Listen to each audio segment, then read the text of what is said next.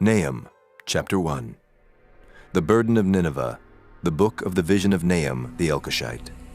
God is jealous, and the Lord revengeth. The Lord revengeth, and is furious. The Lord will take vengeance on his adversaries, and he reserveth wrath for his enemies. The Lord is slow to anger, and great in power, and will not at all acquit the wicked. The Lord hath his way in the whirlwind and in the storm, and the clouds are the dust of his feet. He rebuketh the sea, and maketh it dry, and drieth up all the rivers. Bashan languisheth, and Carmel and the flower of Lebanon languisheth. The mountains quake at him, and the hills melt, and the earth is burned at his presence, yea, the world and all that dwell therein.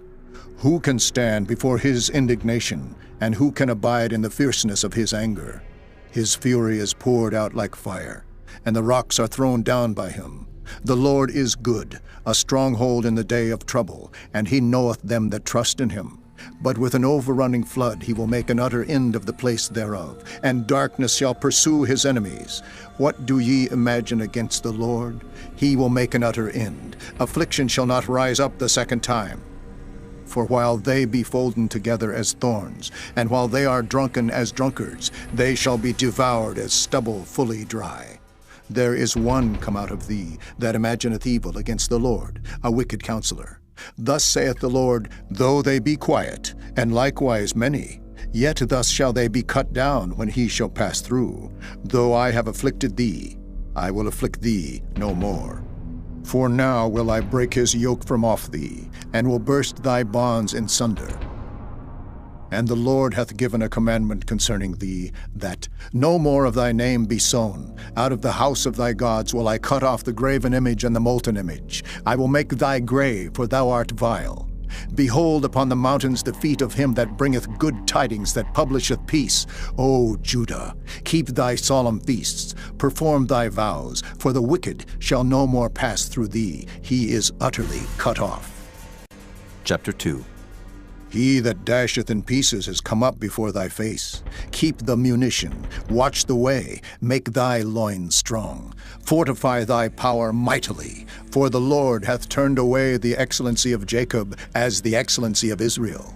For the emptiers have emptied them out, and marred their vine branches. The shield of his mighty men is made red. The valiant men are in scarlet. The chariots shall be with flaming torches in the day of his preparation, and the fir trees shall be terribly shaken. The chariots shall rage in the streets. They shall justle one against another in the broad ways. They shall seem like torches. They shall run like the lightnings. He shall recount his worthies. They shall stumble in their walk. They shall make haste to the wall thereof, and the defense shall be prepared. The gates of the rivers shall be opened, and the palace shall be dissolved. And Huzzab shall be led away captive. She shall be brought up, and her maid shall lead her as with the voice of doves, tabering upon their breasts. But Nineveh is of old like a pool of water, yet they shall flee away. Stand, stand, shall they cry, but none shall look back. Take ye the spoil of silver, take the spoil of gold, for there is none end of the store, and glory out of all the pleasant furniture. She is empty, and void, and waste, and the heart melteth, and the knees smite together, and much pain is in all loins. And the faces of them all gather blackness. Where is the dwelling of the lions, and the feeding place of the young lions? Where the lion, even the old lion, walked, and the lion's whelp, and none made them afraid? The lion did tear in pieces enough for his whelps, and strangled for his lionesses, and filled his holes with prey, and his dens with ravin. Behold, I am against thee, saith the Lord of hosts, and I will burn her chariots in the smoke, and the sword shall devour thy young lions, and I will cut off thy prey from the earth, and the voice of thy messengers shall no more be heard. Chapter 3. Woe to the bloody city! It is all full of lies and robbery. The prey departeth not, the noise of a whip, and the noise of the rattling of the wheels, and of the prancing horses, and of the jumping chariots. The horseman lifteth up both the bright sword and the glittering spear, and there is a multitude of slain, and a great number of carcasses, and there is none end of their corpses. They stumble upon their corpses. because of the multitude of the whoredoms of the well-favored harlot, the mistress of witchcrafts, that selleth nations through her whoredoms, and families through her witchcrafts.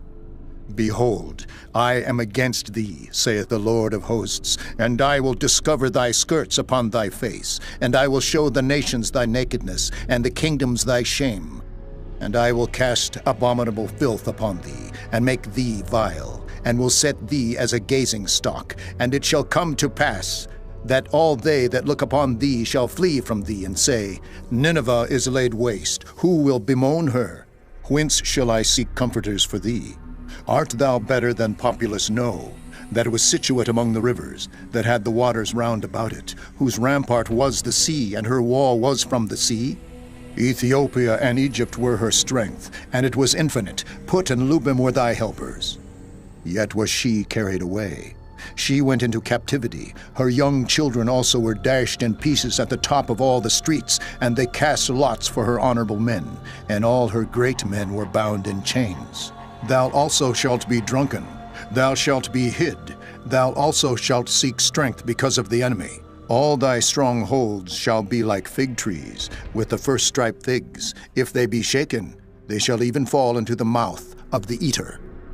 Behold, thy people in the midst of thee are women. The gates of thy land shall be set wide open unto thine enemies. The fire shall devour thy bars. Draw thee waters for the siege. Fortify thy strongholds. Go into clay, and tread the mortar. Make strong the brick kiln.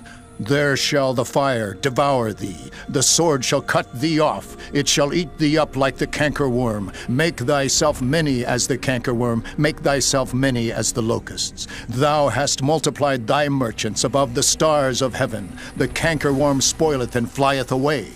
Thy crown are as the locusts, and thy captains as the great grasshoppers, which camp in the hedges in the cold day. But when the sun ariseth, they flee away, and their place is not known where they are. Thy shepherds slumber, O king of Assyria. Thy nobles shall dwell in the dust. Thy people is scattered upon the mountains, and no man gathereth them.